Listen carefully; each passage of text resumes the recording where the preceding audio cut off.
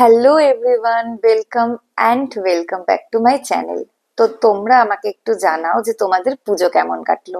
আমার তো পুরো পুজোটাই ডিউটি করতে করতে কেটে গেল, তা তো তোমরা ব্লগে দেখেইছো। আর যারা এখনো পর্যন্ত সেই ব্লগটা দেখোনি তারা দেখে নিও।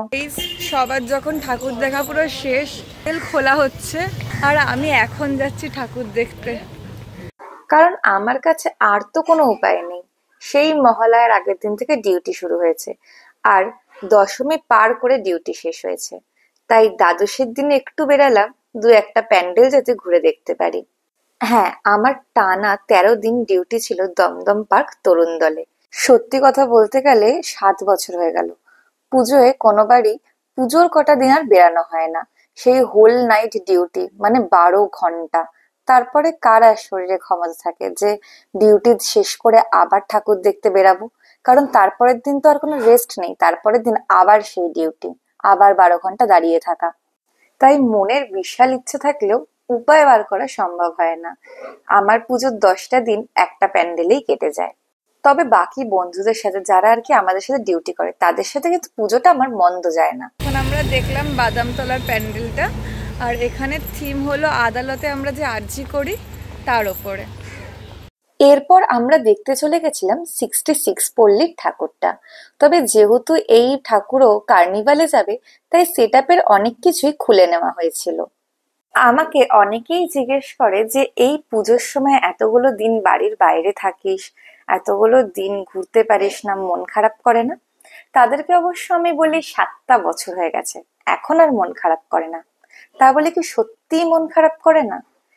যেখানে পুজোর সময় প্রত্যেকজন নিজের বাবা মার সাথে সময় কাটায়, ভাই বোনের সাথে ঘুরতে যায়, বন্ধুদের সাথে বিভিন্ন রকম প্ল্যান করে, সেখানে আমাকে পুরো পুজোটাই বাড়ির বাইরে কাটিয়ে দিতে হয়।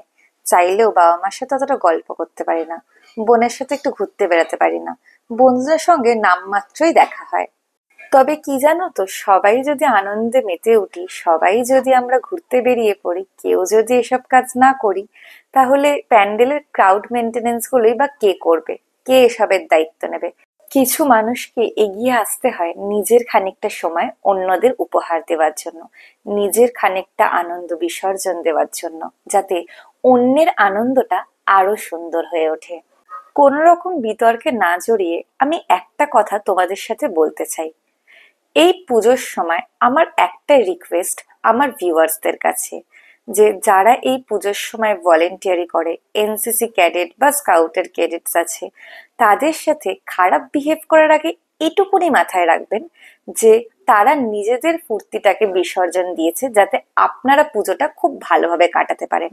তাই তাদের সাথে কোঅর্ডিনেশন করাটা আপনাদের কিন্তু দায়িত্ব। ঘুরতে ঘুরতে এবার একটু খিদে পেয়ে গেছিল, তাই আমরা চলে গেছিলাম দ্য ঘোষ সুইটসে একটু পেট পূজা করার জন্য। তো আমি যখন কোনো দোকানে গেছি, সেখানকার রিভিউ তোমরা পাবে, তো সেটা নিয়ে কোনো চিন্তা নেই।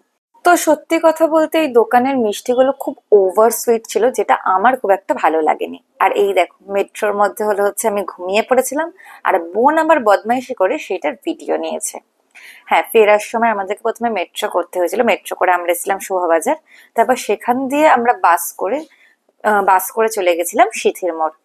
এরপর আমার আর আমার বোনের মুখটা কিন্তু একটা জিনিস দেখে একটু শুকনো হয়ে গেছিল, মানে একটু মনটা খারাপ হয়ে গেছিল।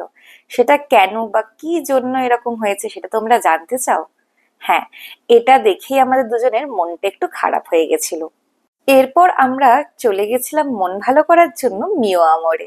হ্যাঁ হ্যাঁ হ্যাঁ, খাদ্যপ্রেমিক বাঙালি, বিভিন্ন রকমের ভোজ দেখলে বাঙালি এমনি খুশি হয়ে ওঠে। আর এখানে এই শুভ বিজয়া লেখা পেস্ট্রিটা দেখলাম, যেটা কিন্তু বেশ ভালো লেগেছিল। তোমরাও এই সময় তোমাদের লাভড ওয়ানকে এই পেস্ট্রিটা ট্রাই করাতে পারো। এর প্রাইস করা হয়েছে 80 রুপিস। ভাবলাম আজ বাড়ির সবার জন্য এই পেস্ট্রিটাই নিয়ে যাওয়া হোক। আর আমার এই পেস্ট্রিটা ট্রাই করে কিন্তু টেস্টটা বেশ ভালোই লেগেছিল। বাড়ি ফেরার সময় মায়ের ফাঁকা বেদিটা চোখে পড়লো। আপনাদের যদি আমার আজকের ভিডিওটা ভালো লেগে থাকে তাহলে ভিডিওটাকে লাইক করে দিন, কমেন্ট করে দিন।